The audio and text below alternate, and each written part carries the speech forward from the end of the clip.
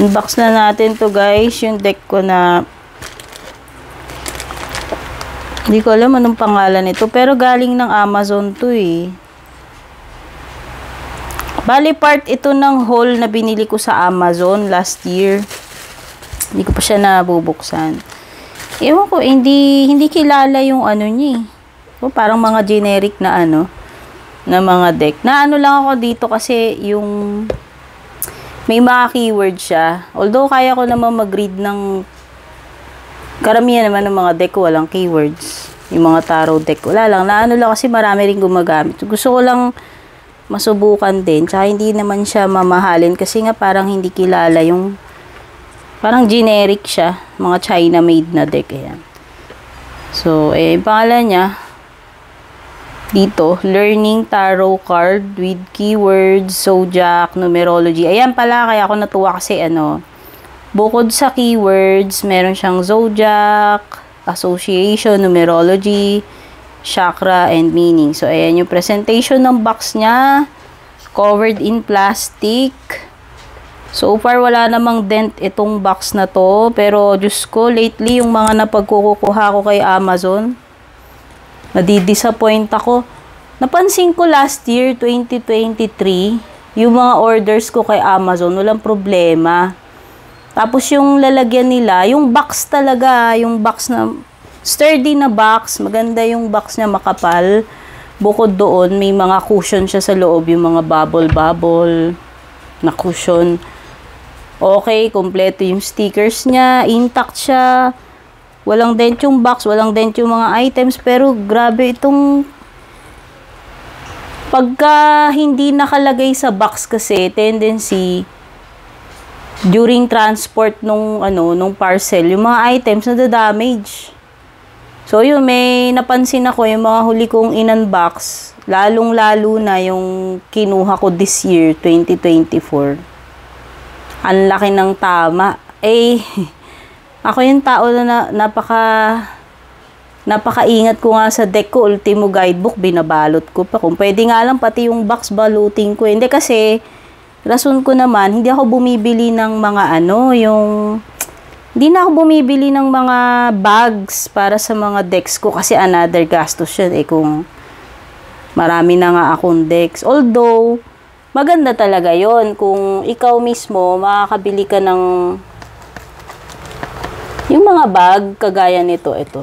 Wait lang, pakita ko sa inyo. Ito kasi hindi ko to binili. Regalo sa akin to ng tita ko years ago. Ayan o, yung mga drawstring pouches or bags na pwede mong ilagay yung deck mo sa loob. Kasi, napipreserve, hindi naaalikabukan, kahit pa paano, may barrier ng moisture, ng mga amoy, ayan, ganyan, nakaarte. Hindi sa akin hindi kaartehan Siyempre, investment ito. Diyos ko, magkano ba isang deck ngayon? Tapos napapansin ko, last year, mura pa yung mga deck kay Amazon. Siyempre, affected naman yan ng pagbabago ng conversion ng US dollar to peso. Pero, pansin ko lang mahal ngayon. Kaya ako, pag bumibili ako, sinisiguro ko talaga sale. Makaka-avail ka kasi ng shipping, free shipping kay Amazon kapag nakaabot ka ng worth $49 na purchase. Single transaction na $49. So, ayan. Alam nyo na. Para dun sa mga gustong makamura. Kasi napansin ko, pag bumili ka rin local ng mga ganitong deck, no? Ito nga kahit hindi kilalang publisher, generic na China made siya malaki patong. Diyos ko, try nyo lang mag-canvas sa Shopee, Lazada. Although may mga Filipinos na nagtitinda niyan, nakabili na rin naman ako. Meron akong ilang suki dyan sa Shopee. Si Scarlo Philippines, Scarlo PH, si Artemis Paints, si Taro Market sa Shopee, sino pa?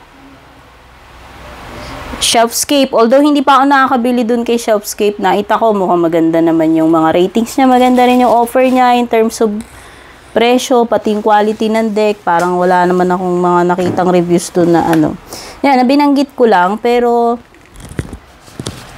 ang ano ko doon, malaki pa rin. Malaki pa rin yung difference. Halimbawa, bumili ka dun sa mga sellers na pinanggit ko. Kesa bibili ka sa Amazon ng bulk. Bulk ha, syempre. Pag isa lang binili mo, mahal lang shipping nun. Handle mo yun. Pero kung nakapasok siya dun sa free shipping, tapos natsyempohan mo yung mababa presyo nung item na tinatarget mo, ayan, makakamura ka. So, nasa technique din, syempre. Tsyempohan mo na bagsak presyo yung deck na type mo, and then dapat titignan mo kung pasok siya sa free shipping ni Amazon. So, ayan. So, kukumplituin mo na lang doon yung spend requirement nila na $44 o $44 po. Basta parang ganun. So, yun, umaba yung kwentuhan. Pero yun na nga, in fairness, mga ante, yung kanto nito, walang tama. Ay, Diyos ko, pakita ko lang sa inyo isang nakuha ko may tama. Sama ng loob ko. Yun pa naman yung dream deck ko. Wait lang.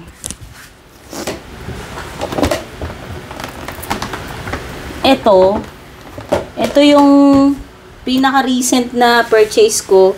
Siyempre, may mga kasabay ito kasi inaano ko nga yung free shipping eh. Chichempohan ko na kasi bagsak presyo yan.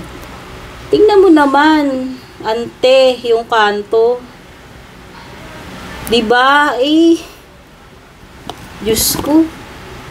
Hindi mo naman malalaman kasi itong si Amazon, hindi naman niya pinipicture-picture pa yung mga items. Basta ano na lang niya yan, ipapadala niya. So, hindi ko alam ngayon tuloy kung sino yung kontrabida. Kung saan nanggaling yung sira. Kumbaga, itong item ba na to na pinak ni Amazon, talagang may tama na. Or na-damage lang siya sa transpo. So, yun na nga. So, may advantage din. Halimbawa, bibili kayo sa Fully Booked. Ayan. Pinopromote ko si Fully Booked, hindi dahil sponsored ako ni Fully Booked, ha. Pinopromote ko si Fully Booked kasi suki ako ni Fully Booked. Kahit itanong nyo pa sa asawa ko. Marami na siya nabiling deck dyan. Ako rin, nabili na ako dyan. Ano naman kay Fully Booked, in fairness, sa mga mga sellers dito sa atin na legit, walang tama yung mga deck kay Fully Booked. Sa experience ko na bumili ko sa kanila, siguro yung may tama lang yung last na huli ko nabili. Ayun naman kasi is binili ko siya online. Shopee or Lazada, Fully Booked yata. Basta Shopee yata. Kasi naman, yung mga experience ko noon, previous experience ko na bumili doon, wala naman ako talagang nakitang tama doon sa mga deck na kuha ko. At saka ika-clarify ko lang, yung last deck na nakuha ko kay Fully Booked, may tama naman siya actually sa production ng cards, hindi dahil kasalanan ni Fully Booked, no? I-make clear ko lang yun, baka maano ako dito eh. Walang fault si Fully Booked doon. Ano lang, yung may fault doon naman, yung publisher nung deck na kinuha ko kasi defective yung cards, tapos in-email ko sila ngayon na baka pwedeng bigyan nila ako ng replacement since nakaka-disappoint naman na bumili ka nga ng deck kasi gagamitin mo pang matagalan, collection mo, at saka ang mahal ng isang deck. May tama, ayaw ba naman di daw nila pwedeng i-replace since overseas. So sabi ko, so malas, so ibig sabihin wala akong magagawa doon sa defective na card. So, yun lang naman. Kaya kung bibili kayo, yan, pwede kayo bumili kay Fully Booked kasi sila yung alam ko na may pwesto sa Lazada, Shopee, malls. Tsaka marami silang hindi lang books yung dinadala nila. May mga books about new age, yan. Tsaka yung mga decks. Tsaka yun, yung mga binanggit ko kanina, mga shop sa Shopee sila. Scarlo PH, Artemis Paints, Taro Market, si Shelfscape, yan. Dami nagtitinda. Pero kayo, kung hindi naman kayo kasing kuripot ko, syempre, mahal-mahal naman, ang hirap namang kitain ng datong. at hindi naman ako burgis, di naman ako rich kid, syempre, doon ka sa makakamura ka. Tsaka kahit naman mayaman ka kung makakamura ka, bakit hindi, di ba? Ayun lang. Ang hirap lang kasi ano lang ako na didismaya ako dun sa ni Amazon ngayon na ganun. Basta gagawa ako separate video about yan sa mga Amazon purchase. May iba pa akong topic yan na may na-discover na naman akong kakaiba.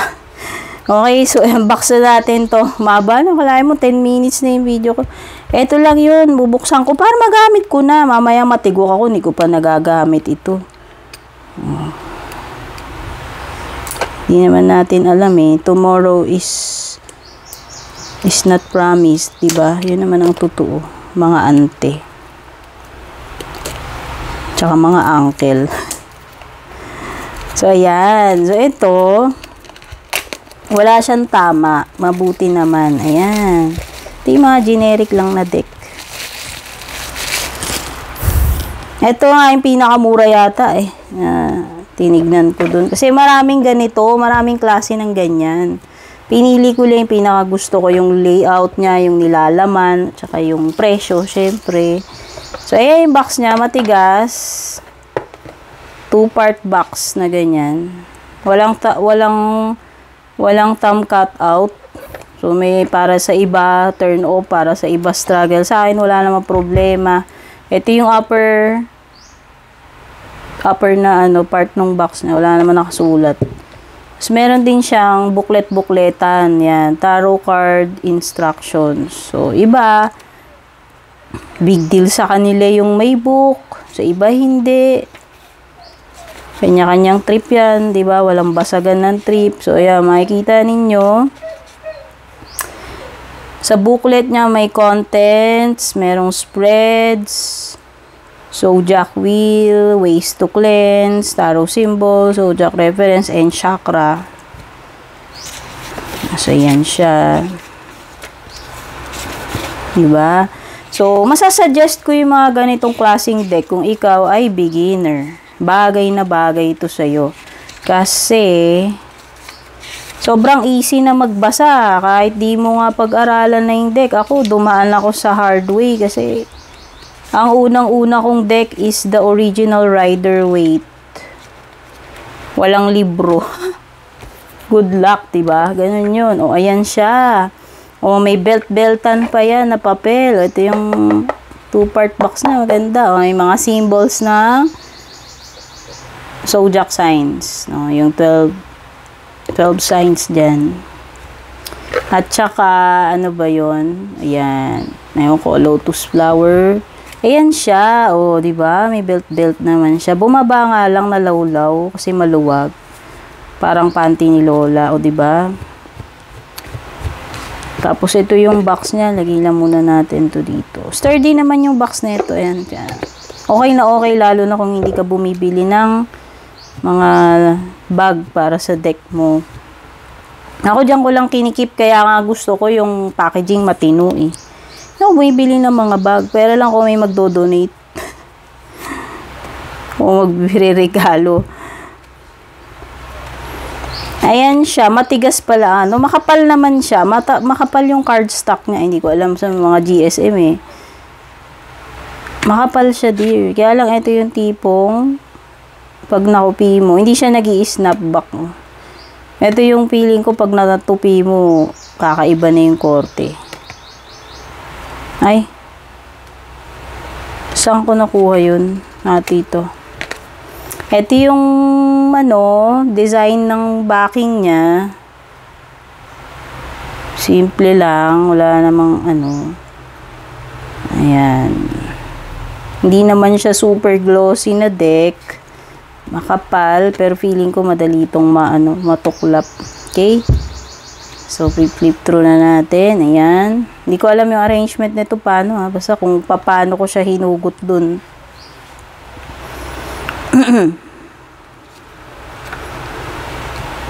The Fool. Ayan. May kita ninyo, merong upright upright meanings, keywords, tapos meron pa siyang, ewan ko, mantra-mantra, or motto-motto, spread your wings and fly. Tapos ito yung reverse meaning niya, pag binaliktad mo. So, bagay na bagay nga to sa mga, as in newbie, bagong-bago sa tarot. Yan. So, tuloy na natin. Makikita nyo dyan, marami, may mga chakra-chakra pa nga daw yan. Diba? Ano ba yun? Keyword, zodiac, numerology, chakra, and meaning. So, ayan. Hindi ko alam ano to. Hindi ko alam. Ay, si full yung number niya, 0. Ito yung chakra-chakra. Kasi meron pa siyang indication dito ng kung yes card ba to or no card. Meron dito the full. Tapos kung anong element, air, Uranus planet, no?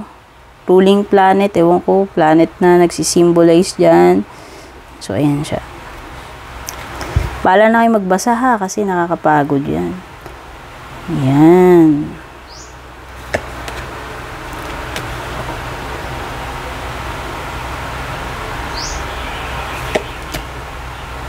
Pwede nyong i-pause or i-forward.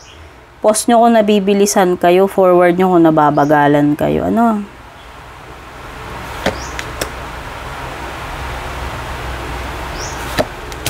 Emperor, number 4. Hierophant, 5. The Lovers, 6.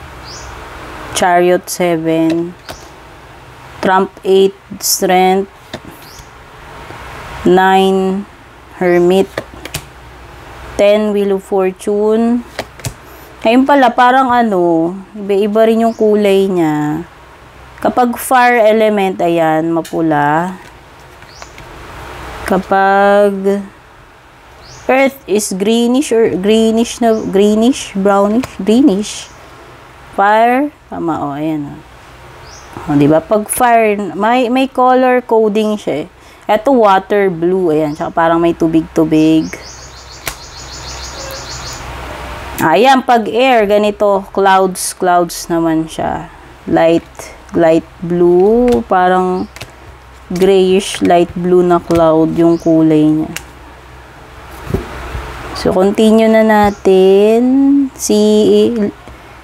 Justice is Libra, so air, kaya ganyan yung kulay niya, ulap-ulap, tas number 11. Yung number na nakalagay, naka-assign sa kanila doon sa tarot. Si ano to, Hangman, water pala yun. Sinong sign na ano?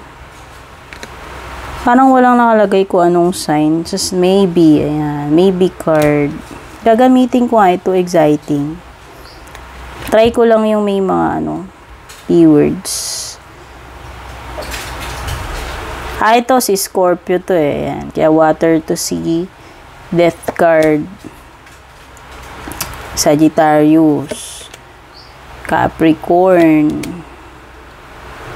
Ito wala. Walang zodiac sign pero fire element. The Tower. Kasi ano, si ano naman kasi to si Mars, ayan. Kaya ganun. Si Mars, wala. Si Mars. Si Mars lang yung nadamay, mga ante. The Moon, yun nga lang yung picture niya, maliit na lang. Pero okay lang kasi may mga, dami mo namang mga information sa paligid-ligid.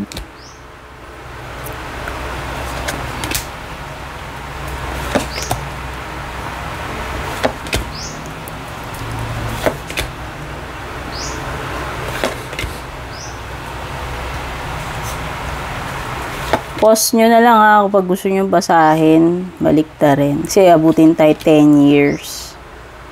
Ayun pa pala, may nakalagay ko anong meaning yan. Contentment. Oh, may ano pa talaga, may meaning.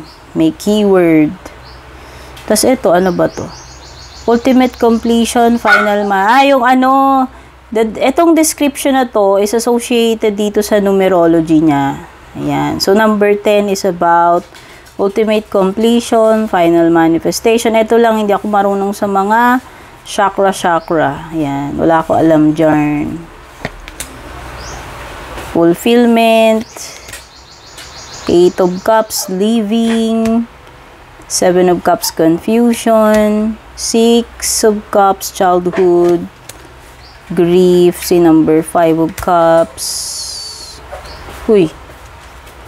Nauna pa yung 5 of Cups sa 4 of Cups. So, iayos natin, ha? Ay, hindi. Talagang, pababa. Wait lang. Pakialamera ang lola. Hindi ko sinusubaybayan na pababa yung numbering. Ayan. Lipat na tayo sa Pentacles. Sisimula tayo kay King. Queen. Knight. Page. 10.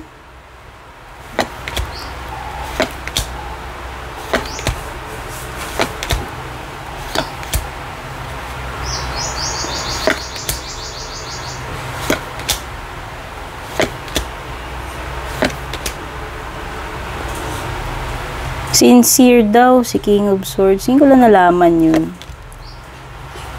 Insightful si Queen.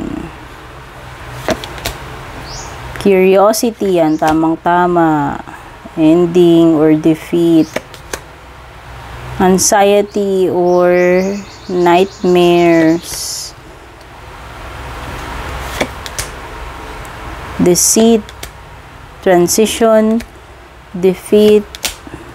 Meditation, pain, decision, tama, clarity, tama, astute, vibrancy. So, nandito na tayo sa huling suit, which is Wands for last.